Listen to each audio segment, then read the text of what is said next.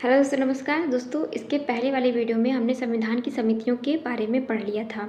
आज मैं आपको प्रस्तावना बताऊंगी, प्रस्तावना के बारे में। प्रस्तावना, संविधान की जो प्रस्तावना है उसे पढ़ने से पहले दोस्तों हमें ये जानना जरूरी है कि प्रस्तावना होता क्या है। तो प्रस्तावना में जो है, किसी भी चीज़ की अगर प्रस्तावना दी है तो ये समझ लीजिए कि उसका संक्षिप्त वर्णन करना, यानी कि उसके मूल आदर्शों, उद्देश्यों, स्रोतों और स्वरूपों के बारे में एक संक्षिप्त रूप में व्याख्या करना होता है प्रस्तावना। अब हमारी संविधान की अगर प्रस्तावना देखा जाए तो प्रस्तावना को उद्देश्य का भी कहा गया है। तो उद्देश्य का क्यों कहा गया है दोस्तों? तो 13 दिसंबर 1946 को जवाहरलाल नेहरू के द्वारा एक उद्देश्य का प्रस्ताव रखा गया, जिसमें ये दिया था कि बताया गया था कि हमारे संविधान को कैसे निर्माण किया जाएगा।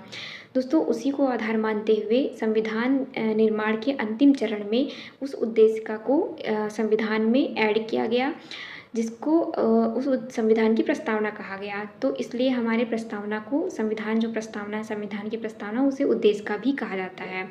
नेक्स्ट आप क्या था दोस्तों, आता है कि प्रस्तावना कहाँ से लिया गया है। तो दोस्तों, इसके 2 क्वेश्चन बनते हैं। सबसे पहले ये जानिए कि प्रस्तावना का जो विचार आया था वो हमारे अमेरिका से आया था, अमेरिका से लिया गया है। जबकि जो प्रस्तावना की लैंग्वेज है वो आपके ऑस्ट्रेलिया से लिया गया है। तो ये दोनों क्वेश्चन याद रखिएगा, ये दोनों में डिफरेंस भी है।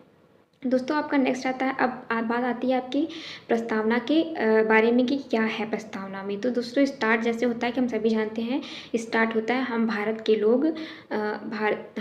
लोग से। तो दोस्तों, जो हम भारत के लोग हैं, इसे प्रस्तावना का स्रोत माना गया है, इस सेंटेंस को। मतलब दोस्तों, हम भारत के लोग जो है उसका सीधा सा अर्थ होता है जनता से। अब आगे अगर हम बढ़ें तो हम भारत के लोग अपने संविधान के संपूर्ण प्रभुत्व संपन्न समाजवादी पंथनिरपेक्षता और आपके लोकतंत्रात्मक गणराज्य, ये जो 5 शब्द हैं इनके बारे में भी हम पढ़ेंगे। लेकिन उससे पहले हम एक चीज़ और जान लें कि दोस्तों, इस जो प्रस्तावना है उसके लास्ट लाइन जो है उसमें ये दिया हुआ है कि संविधान को 26 नवंबर 1949 को अंगीकृत करते हैं। तो यहाँ से दोस्तों 2 क्वेश्चन बनते हैं।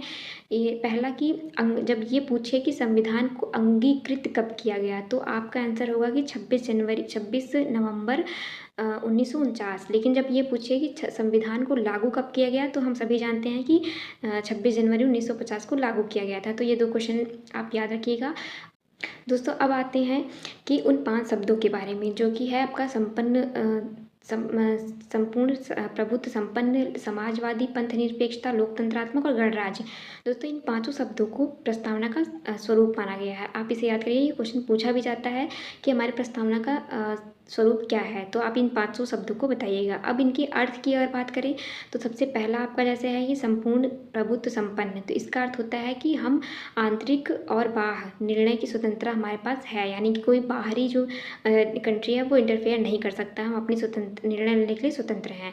दूसरा आता है आपका समाजवादी का सीधा सा अर्थ है दोस्तों आर्थिक और सामाजिक समानता को स्थापित करना। तीसरा है पंथ निरपेक्षता के बारे में दोस्तों हम आपको पहले भी वीडियो में बता चुके हैं, जो संविधान की विशेषता वाले वीडियो था उसमें, कि हमारे राज्य में कोई धर्म नहीं माना जाएगा, सारे धर्म को इक्वली देखा जाता है, किसी विशेष धर्म को प्रायोरिटी नहीं दी जाती। और दोस्तों, आपका चौथा आता है लोकतंत्रात्मक का मतलब होता है डायरेक्ट एंड इनडायरेक्ट वोट। मतलब जैसे कि हम बहुत सारे ऐसे पद हैं जिसमें इनडायरेक्टली वोट करते हैं, और ऐसे बहुत सारे पद हैं जिसमें हम डायरेक्टली वोट करते हैं। जैसे आपका प्रधान हो गया, हमारे स्थानीय जगह पे जो प्रधान होते हैं उनके डायरेक्टली करते हैं, प्रधानमंत्री का इनडायरेक्टली होता है।